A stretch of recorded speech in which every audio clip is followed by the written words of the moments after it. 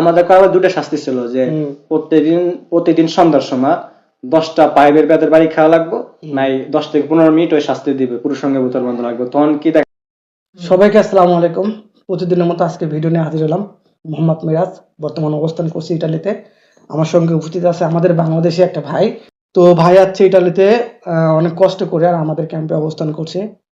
তো ভাই নিয়ে আসলাম আজকে যে কিভাবে আসলো 2026 সালে, কি কি সমস্যার সম্মুখীন হলো, কত টাকা লাগলো, কত সময় লাগলো, সাগরের পাড়ে কত সময় লাগছে, এ সম্পর্কে কথা বলবে। এবং অবস্থা কিরকম ছিল, এই পথে আসা ভালো কি মন্দ, আপনারা অনেকে লিবিয়াতে যারা আছেন বা বাংলাদেশে যারা আছেন তাদের অনেক উপকার আসবে আশা করি।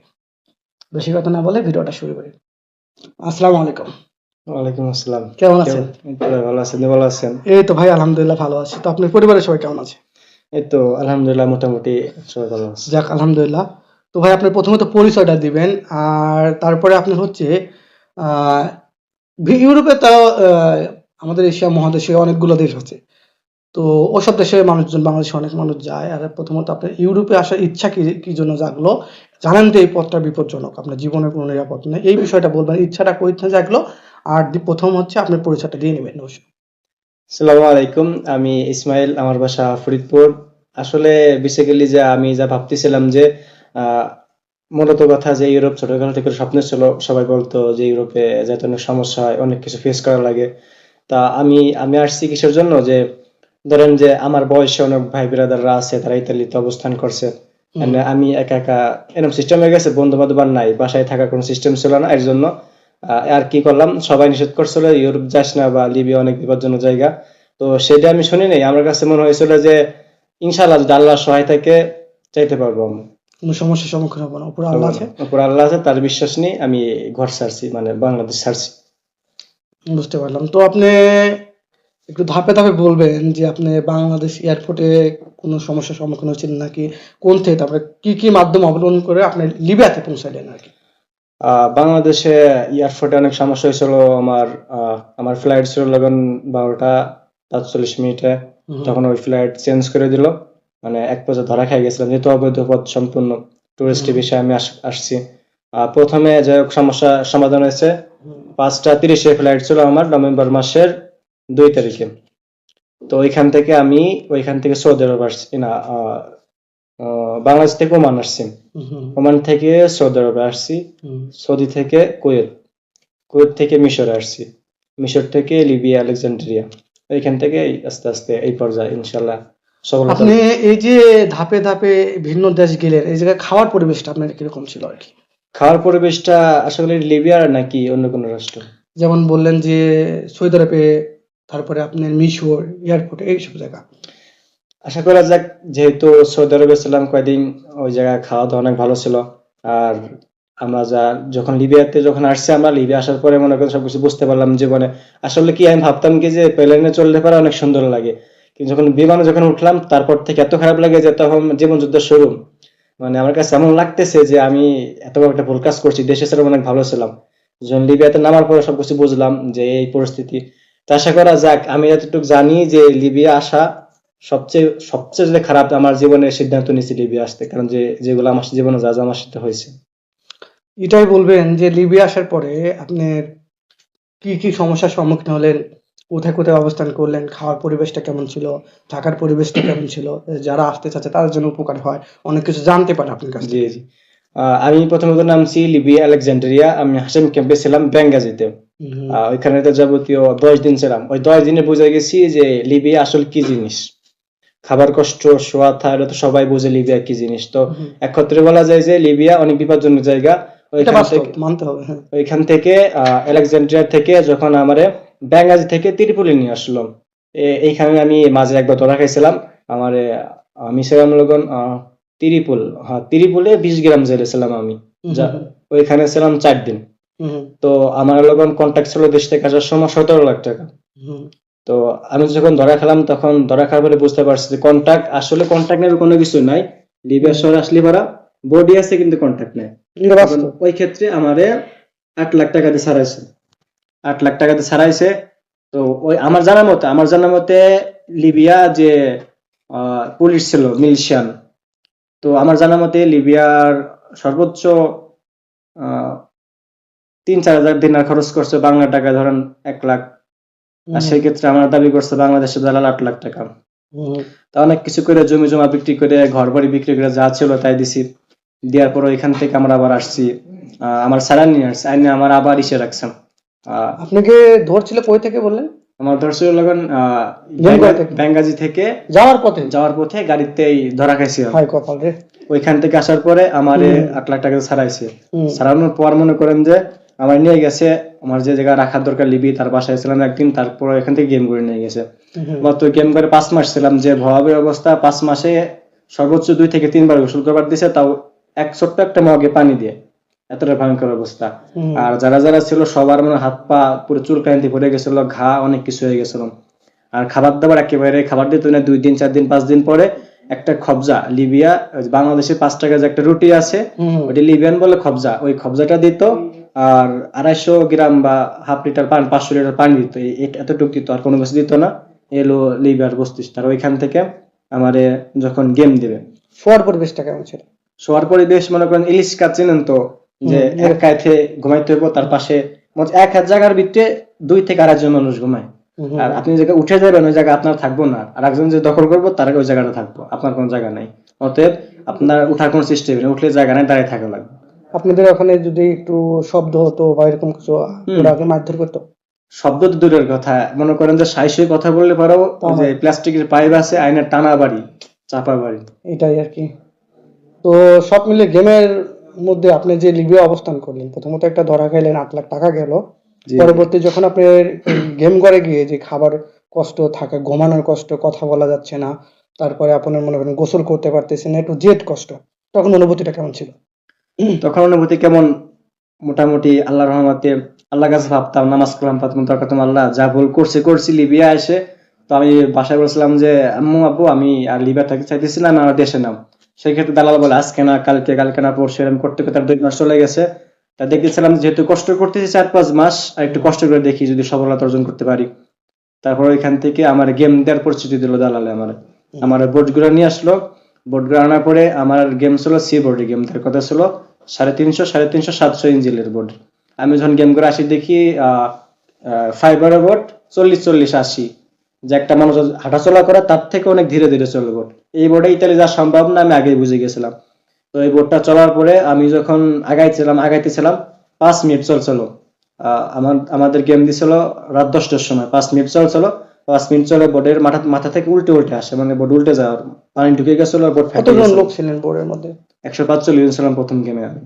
আর হচ্ছে আপনাদের যে সাগর পাড়ে নিল, ওই জায়গায় কি গাড়িতে নিয়েছিল নাকি দৌড়ায় আপনারা সাগর পাড়ে গেছিলেন? দৌড়া যাওয়া লাগতো, অনেক পাথর ছিল, আবার পিছন থেকে এত বড় একটা লাঠিতে বাইরে হতো, যে দূরত্ব উঠতে হইব। আর উপরে ড্রোন ছাড়ছিল, যে এই ড্রোন থাকা অবস্থায় আর সর্বোচ্চ 10 থেকে 15 মিনিট টাইম দিছে, এর মধ্যে উঠা লাগবে। জামাইপুর সামাগুড়ের কোনো আমার দেওয়ার বিষয় নাই, মানে এত পরিমাণ ঢেউ ছিল সাগরের ভিতরে। আমি যখন বোর্ডের কাছাকাছি গেছি আবার ঢেউ দিত, আমি আবার পাটে চলে আসতাম। মনে করেন যে যখন আমার 11 তারিখ পানি ছিল, তখন যে একটা ঢেউ আসতো, ওই ঢেউটা গলা তারিখ চলে আসতো, পর একটা ঢেউ আসলে মাথার উপর দিয়ে যেত। তখন মনে করেন যে আমি যখন নামছি, তখন আমার গাল দিয়ে নাক দিয়ে সব জায়গাতে পানি বেরিয়ে গেছে, আমার দম আটকে গেছে। দ্বিতীয় ঢেউটা দিলে মারা যেতাম আমি। সেই ক্ষেত্রে আমি আল্লাহ একটা দোয়া ছিল, হয়তো ওই লিবি যে কোস্টগার্ডটা ছিল, যে মিলিশিয়ান ছিল, যাকে ছিল, সে আমার টান দিয়ে ধরে বোর্ডে পর ফিটকে মারছে। এই জন্য আমি ওই সময় মারা যেতাম যদি সে আমার হাতটা না ধরতো। অবস্থা ভাই। তো ওই 5 মিনিট চলার পরে ক্যাপ্টেন মনে করছে না, এই বোর্ডটা যাইবো না, বোর্ড ডুবে যেতেছে, বোর্ড সামনে ফেটে গেছে, বোর্ড চাল স্টারদের বোর্ড মাথার থেকে উল্টে আসে। এই জন্য আবার ব্যাকে নিয়ে আসলো আমাদেরকে। ব্যাকে আনার পরে আমাদের যে গেমার, আমাদের ওইখান থেকে আবার তার ঘরে নিয়ে গেল, তার বাসায় নিয়ে গেল। সে বললো গেম দিব, দিতে আবার 3 মাস কেটে গেল, টোটালি 8 মাস, সব মিলে 8 মাস কেটে গেল। 8 মাস এরকমই কষ্ট, খাওয়া দাওয়া, গোসলে ঘুমানো। 8 মাস এরকম কষ্ট, খাওয়া দাওয়া কিছু না, গোসল কোনো কিছু ছিল না, এক পোশাকে ছিলাম 8 মাস। তারপরে মনে করেন যখন গেম দিল, বোর্ডগুলো আবার নিয়ে আসছে। বোর্ডগুলো আনার পরে একটা ধরা খেলাম, মাফের কাছে বেচা খেলাম। এই বেচা খাওয়ার পরে দ্বিতীয়বার যখন আমাদের গেম দিবে, তখন ওই বোর্ড ঘর থেকে আমাদের ধরছে কালাবসি, ধরে নিয়ে মানে গোলায় মাফিয়া নিয়ে গেছে। লোক ছিল 74 জন লোক ছিল, পাকিস্তানের 28 জন, আর বাদ বাকি বাঙালি ছিল। তা বাঙালিকে সবাই ধরছে, পাকিস্তানের কয়েকটা ধরছে, সব পালাই গেছিল। তো 3টে লোকটা জায়গায় মেরে ফেলাই দিছে পিস্তল শুট করে। পাকিস্তানি না বাংলাদেশি? কালাজাত ও যাই হোক। তিনটে মারে ফেলছে। আর ওরা মারার পরে লগন মনে করেন যে সবাই দাঁড়াই গেছে। MP14 আছে না, ছোট ছোট গুলি সেল দিয়ে অনেকগুলি একসাথে বেরোয়, ডাইরেক্ট মাথা হিট করছে। হায় আল্লাহ রে, মানুষের তারপর ওর মারার পরে দেখে বাঙালি সব দাঁড়াই পড়ছে। আর বাঙালি তো টাকার খনি, ধরলে টাকা পাইবো, যে কালা মারে তো কালা তো টাকা দেবো না। ওকে তিনটা মারছে, বাঙালি সব প্রথমে ধরে দাঁড়াই পড়ছে। বাঙালি ধরে নিয়ে অনেক বড় একটা মরুভূমি, ওর মাঝখানে ছোট্ট একটা কুটির আছে, টিনের ঘর, ফোটে ফোটে ফোটে ফোটে পানি করে। যাই দেখি আমার মতো বাঙালি আরো 35 থেকে 40 জন আছে। তাদের মনে করেন যে আমাদের যে পুরুষঙ্গের নিচে কমসে কম 1 থেকে 2 লিটারের বোতল রাবার সুতো দিয়ে ওই পুরুষঙ্গের বান্ধা ঝুলতেছে, পুরো ল্যাংটা অবস্থায় আছে। আল্লাহ, এটা বাস্তব? এটা বাস্তব। আল্লাহ মাফ করে। ল্যাংটা উলঙ্গ অবস্থায় আছে, এরকম ধরতেছে। আর আমরা 35 জন আমি যা দেখছি, মানে 25 বছর থেকে শুরু করে 50 বছর, 45 বছর, 60 বছর বৃদ্ধরও দেখছি আমি। একই অবস্থা। তাহলে মুসলিম হয় লাভ কি? যে আমার মতো আপনার মতো লোক আছে, একটা ছেলে বাড়ি চিলিট ছিল, সেই ছেলেটা আর কি করছে যে ওরা লোক রাখছে মানার জন্য ওরা বেতন দিয়ে হয়। ওরা মূলত কি, ওরা আপনারা যখন মারবো, মানে বাংলাদেশি দালাল যদি বলে যে ওরা মারবো, আর সে যদি না বলে আপনার কথা হাত দিব না, মারতেছে বাংলা দালাল ফোন দিচ্ছে, মারিস নে, টাকা আমার দিয়ে দিছে, তখন আপনারা ছেড়ে দিব। অর্থাৎ যে সমস্ত মৌলঙ্গ কি লিবিয়ার কেউ না, বাংলাদেশি দালাল। এ যদি কয় যে চলে যেতে পারবো, ইনশাল্লাহ টাকা যদি ভালোভাবে সাফ করে দেয়, সবকিছু পরিষ্কার করে দেয়, সমাধান করে দেয়, ইনশাল্লাহ ওই ছেলেটা ইতালি আসতে পারবো, কোনো সমস্যা নাই। আর ইদানিং জামালায় কেউ ছাড়ে না, কারো কেউ ছাড় দেয় না। হয়তো জানে যে দালাল জানে এর বাসায় কি আছে, কত বাকি, কত বিঘে জমি আছে, এর ঘর বাড়ি কেমন আছে, এর আত্মসম্পদ কেমন আছে, এর বাবা কি করে, সবকিছু তারা জানে শুনেই পাসপোর্ট হাতে নেয়। নেওয়ার পরে ছেলেকে লিবিয়া আটকায়, এইগুলো করে। ওরকম পরিবেশ আপনারা যখন গেলেন, আপনাদের ক্ষেত্রে কি ওই একই অবলম্বন পালন করলো, যে ওরা যেমন যা দেখলেন যে অবস্থা, ওরকম তো আপনাদের করছিল না? আমাদের আবার দুটো শাস্তি ছিল, যে প্রতিদিন সন্ধ্যার সময় 10টা পাইপের বেতের বাড়ি খাওয়া লাগবে, নাই 10 থেকে 15 মিনিট ওই শাস্তি দিবে, পুরুষ সঙ্গে বোতল বন্ধ লাগবে। তখন কি দেখলাম যে এটা অনেক বিপজ্জনক, লজ্জা একটা বিষয় আছে, তাই বললাম যে এগুলা করিস না, তুই পাইপ বাড়ি মার। ও পাইপ ধরে মনে করেন যে প্রত্যেকদিন সন্ধ্যার সময় বাইরে হইতে হয়, টানা বাইরে হইতো। এটা কিসের জন্য বাড়িতে? এটা বাড়িতে মানে টাকা দিতে পারি না, কি লাগে টাকা দেওয়া না কিসের জন্য? কত টাকা আবেদন আপনার জন্য? আমার যখন মাফিয়া দিল, তখন আমার বাংলাদেশে 17 লাখ টাকা আমি আইসি, আরো 25 লাখ টাকা দিয়ে আমার সালানো লাগছে। আপনি 17 লাখ কন্টাকে প্রথমে করছেন, দ্বিতীয়বার 8 লাখ দিলেন, পরের বার আবার 25 লাখ। তারপরে কি হলো? তারপরে ওইখান থেকে আমার লিবিয়া আসলো। আমি এরকম কতদিন অত্যাচারের শিকার হলেন ওই জায়গা? ওই 2.5 মাস ছিলাম। 2.5 মাস মার খাইলেন? 2.5 মাস মার খাইছি, মনে করেন এত টাকা দেওয়া সম্ভব না। আমার জমি টিউশন করার ছিল না, জমি সময় লাগছিল, এর জন্য দাওয়াত তো শোনে না। ওই মারের দরকার মারছে, ই করছে, খাবার দর কিছু দেয় নাই। আর বিশেষ করে যারা টাকা পয়সা দেয়, এদেরকে ওরা বোঝে টাকা পয়সা আরো আছে, ওকে আরো শাস্তি দিলে আরো টাকা দিবে, এই জন্য তাদেরকে লোক আরো বেশি শাস্তি দেয়। যে এই টাকা মালি তো টাকা দেয়, তাহলে আরো মারি, আরো টাকা দিব। এই জন্য যেহেতু টাকা পয়সা বড় কোনো সাবজেক্ট না, আমি যা মনে করি লিবিয়া আসা, আমরা যদি বলি তোরে 50 কোটি টাকা দিব, তুই লিবিয়া দিয়ে ইতালি আয়, আমি যদি আবার ধরা খাইতাম, আমি ফুলে নিয়ে চলে যাবো, ধরা খেলে এবার আমি আর গেম দিব না, আমি বাংলাদেশ চলে যাবো। দিবেন কিভাবে এত বারবার যদি এরকম টাকা দেওয়া লাগে, মার ধরে শিকার হয়? বাংলাদেশে যে পালি ভ্যান চালাই খাবো, তাও আমি ইতালিতে আসতাম না, ফুলে নিয়ে ছিল। তো দ্বিতীয়কালে যে জোয়ারা থেকে যে মারন নামে একটা গেমার ছিল, হ্যাঁ বললো কি যে আমি তোরা ছাড়াবো, আর দালাল ছিল ফরহাদ, মাদারপুরি দালাল ফরহাদ, আমি ছাড়াবো, তুই 10 লাখ টাকা দিবি আমার।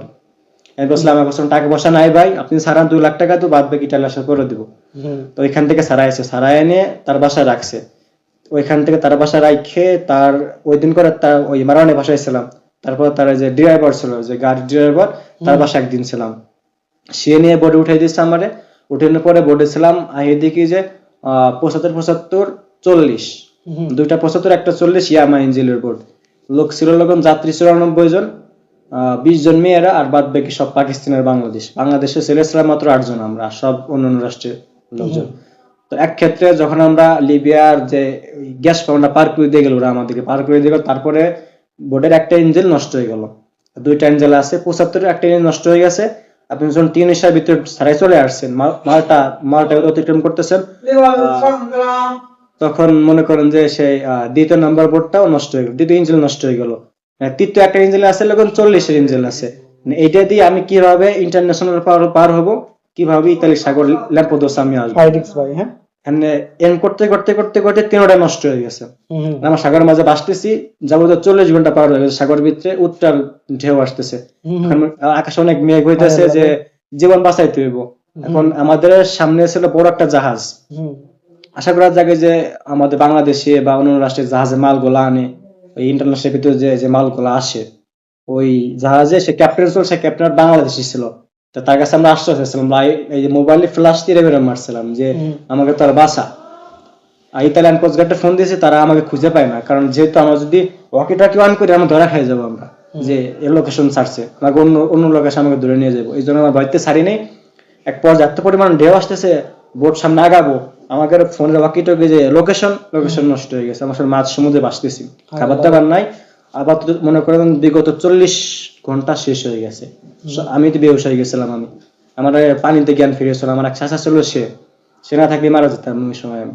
ওইটা বিপজ্জনক, ওই জায়গা মানুষের জ্ঞান থাকে এমনিতে। তারপরে এমনও আছে, সাগর যে ঢেউ, আমার যখন ওই সাগর বিচ, আমি এমন লোক দেখে আসছি যে পাকিস্তানি মানুষের লাশ ভাসে ভাসে বেড়াইতেছে। এটা বাস্তব ভাই, মানুষের না জীবন একটা। আর ওইখান থেকে যে এক পর্যায়ে বোর্ড স্টাডির বোর্ড উল্টে যায়, যে বোর্ডের তালে তাল মিলতেছে, এই তো ইঞ্জিল একটা সারছে, আর 2টা নষ্ট। এক্সাম আসলে আল্লাহর কুদরত একটা ইঞ্জিল সারতে পারছে। বোর্ড চালালে প্রায় বোর্ড বন্ধ হয়েছে। তখন আমি বললাম যে ক্যাপ্টেন, যদি বোর্ড চালাস তাহলে পানিতে ফেলাই দিব, কারণ আমাকে জীবনের রিস্ক আছে। এমনি বোর্ড উল্টে যাইতেছে, যদি বোর্ড চালাস আর আমরা থাকতে পারবো না। এক পর্যায়ে বোর্ড দোল খাইছিল, আর এই পাশে পানির লোকে মিশে গেছে, উল্টে যাবারই গেছিল। 99% 1% বাকি ছিল, আল্লাহ বাঁচাইছে, নাহলে বোর্ড উল্টে যেত। সেক্ষেত্রে আমরা থামছি, ওরকম বাঁচতে আবার সেই ইন্টারন্যাশনাল ভিতর আবার ব্যাকে মালটার ভিতরে চলে আসি। তখন তো মনে ভয়, আল্লাহ এত ঘন্টা পানিতে সাগরে, এটা আনকন্টাক্ট বোর্ড না কন্টাক্টের বোর্ড, কিছুই বুঝতেছি না আমরা, ধরা খাই আমরা। এম করতে করতে করতে করতে সকাল 7টার দিকে দেখলাম এক লোকে 3টে রিসিভ বোর্ড আসছে, মালটার ভিতর ঢুকে গেছে। যেহেতু আমরা অনেকবার জিজ্ঞাসা, অনেকবার ইটালিতে ফোন দিচ্ছি, দেখ আমাদের বোর্ডে ছোট ছোট বাচ্চারা আসতো, আমাদের বাসা খোঁজ খবর দিচ্ছি। লিবিয়া কোস্ট গার্ডের ফোন দিচ্ছি, তারা আসতে পারতেছে না, অনেক ঢেউ, সমুদ্রে নামতে ভয় পাইতেছে। এখন ওই ক্ষেত্রে ইতালিয়ান কোস্ট গার্ডটা বারবার বলা হয়েছে যে সারা রাতি কন্ট্যাক্ট করছে, কিন্তু ওরা আমাকে হেলিকপ্টার দিয়ে বিস্তারে পাইতেছে না। যেমন জায়গায় চলে গেছে, আমরা মনে করেন যে আমরা ইতালি একদিকে, আমরা চলে গেছি অন্যদিকে, আমরা খুঁজে পাইতেছে না।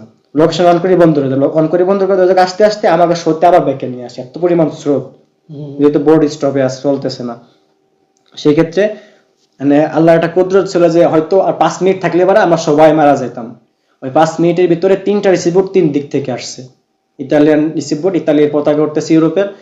ওই রিসিভ আসার পরে কইতেছে যে কামিজুলতা মানে তোরা ভয় পাইস না, সবাই বসবাস করতেছে। সেক্ষেত্রে জীবনের ভয় ছিল। তো ওদের 3টে বোর্ডে যে স্পিড ছিল, আমাদের বোর্ডে অনেক মানে কত টন পানি ঢুকছে, অনেক বড় বোর্ড, টন পানি ঢুকছে, বোর্ড সমান হয়ে গেছে, মাথা থেকে পানি ঢুকে গেছে বোর্ডের ভিতরে। সেক্ষেত্রে আমি উঠতে গেছে, রাতে নিচে ফেলে দিচ্ছে আমারে ওই ইতালিয়ান যে কোচ। ও বললো কি যে আগে শিশুরা পরে তোরা। সেক্ষেত্রে আর যারা ঝাঁপ দিছে, একটা শিশু মারা গেছিল। ওই ক্ষেত্রে সমুদ্রের ভিতরে ওরা একটা পাইপ দিছিল, ওই পাইপ দিয়ে আমাকে লাভ দিবার কইছে, যে সমুদ্রের ভিতরে লাভ দিবি সাগরের ভিতরে, তোকে এক এক করে আমি সুতো দেবো, রশি দেবো, তোরা ওটা ধরে রাখি, আমার তোকে মেশিনের মাধ্যমে টাইম করে নিয়ে আসবি। যেহেতু প্রচুর লাভ দিছে, চারিদিক লোক ছাড়াই গেছে, মানে কুল্লাই গেছে, অনেক লোকজন একটা এদিক একটা ওদিক একটা এদিক চলে গেছে, আমি সব করে তো রিসিভ করা সম্ভব না। 3টে বোর্ড 3 দিকে ছেড়াই গেছে, 3 দিক তো অনেক রশি ছাড়ছে, যেটা ধরছে যে পারে না, তার হেলিকপ্টার রিসিভ করছে। তো সেখানে একটা বাচ্চা মারা গেছে, আলহামদুলিল্লাহ সবাই জীবিত ছিল, কিন্তু একটা বাচ্চা হারাই গেছে, ওরা খুঁজে পাওয়া যায় না। ছোট্ট একটা শিশু বাচ্চা, 7 বছরের। ওরা দেখছিল একবার, মানে ওরা দেখছিল ওর বাবার কোলে ছিল, যেহেতু সমুদ্রের ঢেউ ছিল, ওর বাবার হাত থেকে আর কি ছুটে গেছে, বা হাত ফসকে বের হয়ে গেছে, ধরে রাখতে পারেনি। সেক্ষেত্রে মেয়েটা খুঁজে পায় না, অনেক খোঁজাখুঁজি করছিল, পরে বাচ্চা মানুষ তো ডাইরেক্ট চলে গেছে তলে। ওই যে পাকটা দিচ্ছিল, ওই পাকে আর কি তলে চলে গেছিল। আমরাই তো মারা যায়, আমরা তো থাকতে পারি না ভিতরে। মনে করেন যে এরকম বড় বড় পাইপ ছাড়ছিল, আর রশিটা মাজায় বানছে, ওই ঢের পেতে মাজায় বানছে, ওই পানি খাইতেছি, মরে গেছি প্রায়, বেহুশ হয়ে গেছে। সেই ভিড়ে আমাকে টাইম করে উঠে আইনে ডক্টরের সেবা, বোর্ডের ভিতরে ডক্টরের সেবা দিয়েছে। ওইখান থেকে আল্লাহর রহমতে ল্যাম্পদ সার্চ, ওইখান থেকে জীবনযাত্রার জায়গা আসা। কিন্তু এতটুকু আমি সবাইকে বলতে চাইতেছি যে যে লিবিয়া যে জিনিসটা, আশা করা যাক, যদি আবার বলা হয় যে তুমি বাংলাদেশ থেকে আবার ইতালিতে আসো, এটা আমার যে 50 কোটি টাকা দামি, তাও এই প্রথম জীবন আসবো না। আশা করা যাক সবার কাছে আমি বলতে চাইতেছি যে স্পন্সর বিষয়ে আপনার ইতালিতে আসেন, আকাশতে আসেন, পানির পথে কেউ আসেন না, এতটুকু আমি বিশ্বাস করি। তো লাস্ট পর্যন্ত ভাইয়ের একটাই কথা, এই পথ বিপজ্জনক, এই পথে না আসাই ভালো। টোটাল আপনি কত টাকা লাগছে? আমার টোটাল 38 লাখ খরচ হয়েছিল, পরে আবার 5 লাখ। হুম, বুঝতে পারলেন ভাইয়ের কত টাকা লাগছে আর কি। তো আমার জ্ঞানে এবং ভাইয়ের জ্ঞানে যে পরামর্শ, প্রথমত এই পথ বিপজ্জনক, দ্বিতীয়ত টাকা পয়সার প্রয়োজন, তৃতীয়ত নিরাপদ নেই। হুম। 100% আপনার বেশিরভাগ মৃত্যু হবে। সবকিছু বিবেচনা করে আসবেন, আমরা কখনো কাউরে উৎসাহ দিব না। আর ভাইয়ের লাইফে যা ঘটে গেছে, তো ফুল হিস্ট্রি তো তুলে ধরতে পারে না, কারণ আবেগ ভিতরের মধ্যে থাকে, মুখে অনেকে প্রকাশ করতে পারে না। হ্যাঁ। তো আমরা কখনো কাউরে উৎসাহ দিচ্ছি না। আর যদিও কেউ আসতে চান, একবার না 1000 বার ভাববেন, অনেক টাকা পয়সা গুছায় রাখবেন। তারপরে আমরা সবসময় পরামর্শ দেবো, এ পথে আসবেন না, এ পথ বিপজ্জনক, এ পথে না আসাই ভালো। আমি আমি যা মনে করি ভাই, মনে করেন যে টাকা পয়সা যদি 80 লাখ 90 লাখ 1 কোটি গোছায় রাখে, যদি ওর আল্লাহ না আনে, আসতে পারবে না ও, আর এইসব টাকা থাকবেও না। কারণ ও লিবিয়া আসলে পারা ধরা খাবে। লিবিয়া একটা লিবি কখনো চায় না যে ওরা আমি বিনা পারমিশনে বা অল্প টাকায় পার করে দেয়, এটা কেউ চায় না। হুম, ওরা ধরা দিবে, একবার কি দুইবারও ধরা খাবেই। ওর টাকা যখন লিবি সম্পূর্ণ উঠাই নেবে, দেখতেছি টাকা নিয়ে নিয়েছি আর টাকা নাই, তখন ওই ক্ষেত্রে ওরা পাঠায় দিবে। তো তুমি তাহলে আসতে পারবা কোন সময়? জীবন দিয়ে আসতে পারবা, আর লগন আর বাপের যা আছে সবকিছু বেচা লাগবে, ধ্বংস হওয়ার পরে ধ্বংস হওয়ার তারপর আসতে হবে। তাহলে লাইফটা শেষ হওয়ার পরে। ইতালি আসা তো সহজ না। তো ইতালি আসা মানে বিপজ্জনক। আমি আমার সামনে লাশ সাগরে ভাসে ভাসে বেড়াইতেছে, পাকিস্তানি বাংলাদেশি মানুষের লাশ ভাসে ভাসে বেড়াইতেছে, এটা আমি সামনে দেখে আসছি আমি। তাহলে তারা তো টাকা খরচ করে আসে, তাহলে তারা কিন্তু মারা গেছে। অতএব কি হলো, ফ্যামিলি ধ্বংস হয়ে গেল, এই যে জীবনটা চলে গেল। এটা বাস্তব ভাই, এইসব যে দৃশ্য দেখলে মানুষের মনের মধ্যে, মানুষকে বলে বোঝানো যায় না যে আসলে এই পথটা কতটা বিপজ্জনক, কতটা ভয়ঙ্কর। কিন্তু ওই যে আমি ইতালিতে আসছি, আপনি আসছেন, এরা বলতে পারে কি এই ইতালি গেছে আমাদের নিষেধ করতেছে। আসলে ভাই এটা আমি নিষেধ করতেছি না আপনাদেরকে।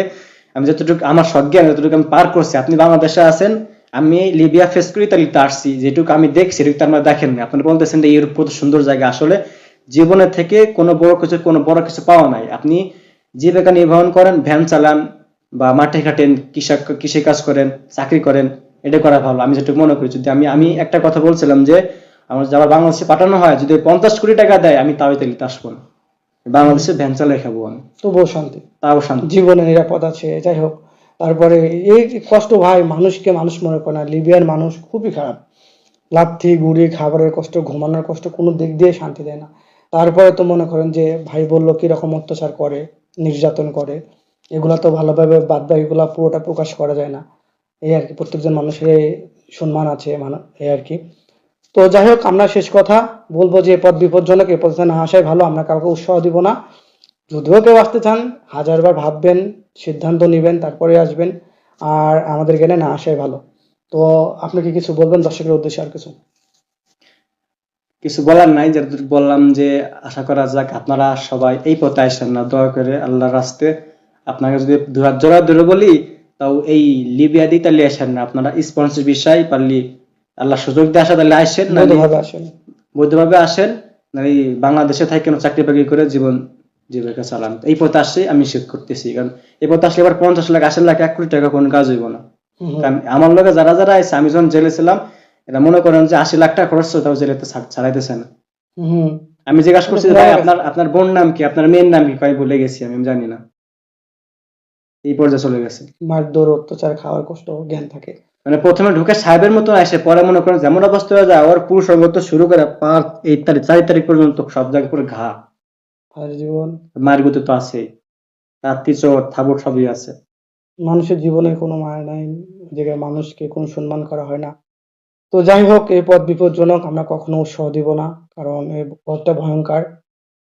তো আমরা এই পথে উৎসাহ দিচ্ছি না, বারবারই বলতেছি। তারপরে যারা আসবেন, তার একান্তই ব্যক্তিগত ব্যাপার।